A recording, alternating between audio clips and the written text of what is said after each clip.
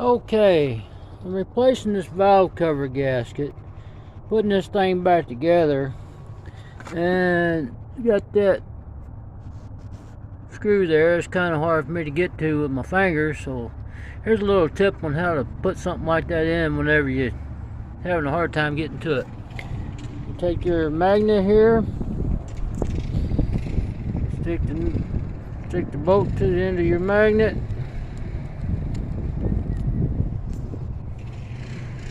See, that holds it. You take that thing,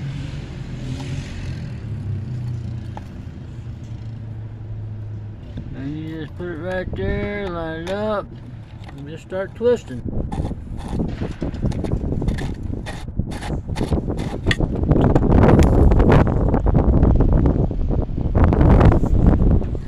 And there you have it. Now I can put my ratchet on it and tighten it up.